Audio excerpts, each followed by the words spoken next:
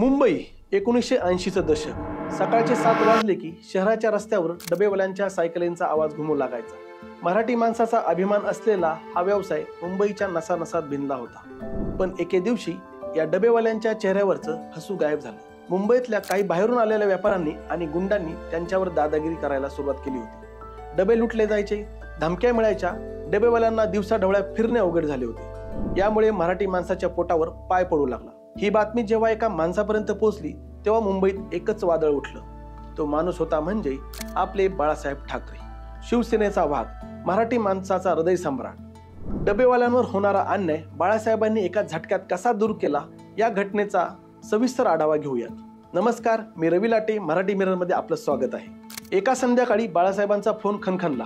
एक डबेवाला थरथरत्या आवाजात म्हणाला, साहेब, आमचा जीव मुठीत आलाय, तुम्हीच आम्हाला यातून वाचवा। बाळासाहेबांचे डोळे तळपळले। त्यांनी फोन ठेवला आणि तडक शिवसेनेच्या कार्यकर्त्यांना बोलावलं। मराठी माणसाच्या डब्यावर हात टाकणाऱ्यांचा हात तोडायचा आहे। त्यांचा आवाज इतका दणकट होता की मातोश्रीच्या भिंतीही कापल्या होत्या। त्यांनी डबेवाल्यांचा मेळावा बोलावला। शिवाजी पार्कवर लाखो लोक जमले। मराठी माणसाचा आत्मसन्मान जागवण्याची ती रात्र होती। बाळासाहेब स्टेजवर चढले। त्यांचा तोच करारी देह, डोळ्यात आग आणि आवाजात वीज। मराठी माणसाच्या पोटावर हात टाकणाऱ्यांना मी मुंबईत तग धरू देणार नाही।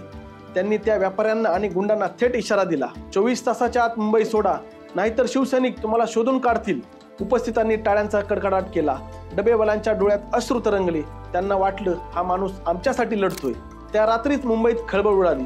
बाळासाहेबांचा इशारा ऐकून त्या गुंडांनी रातोरात मुंबई सोडली। जे व्यापारी डबेवाल्यांना धमकायचे ते स्वतःच घाबरले। दुसऱ्या दिवशी डबेवाले पुन्हा सायकली घेऊन रस्त्यावर उतरले, पण यावेळी त्यांच्या चेहऱ्यावर हसू होतं आणि मनात एक अभिमान होता। बाळासाहेबांच्या एका आवाजाने व्यापाऱ्यांनी गुंडांची पळताभुई झाली।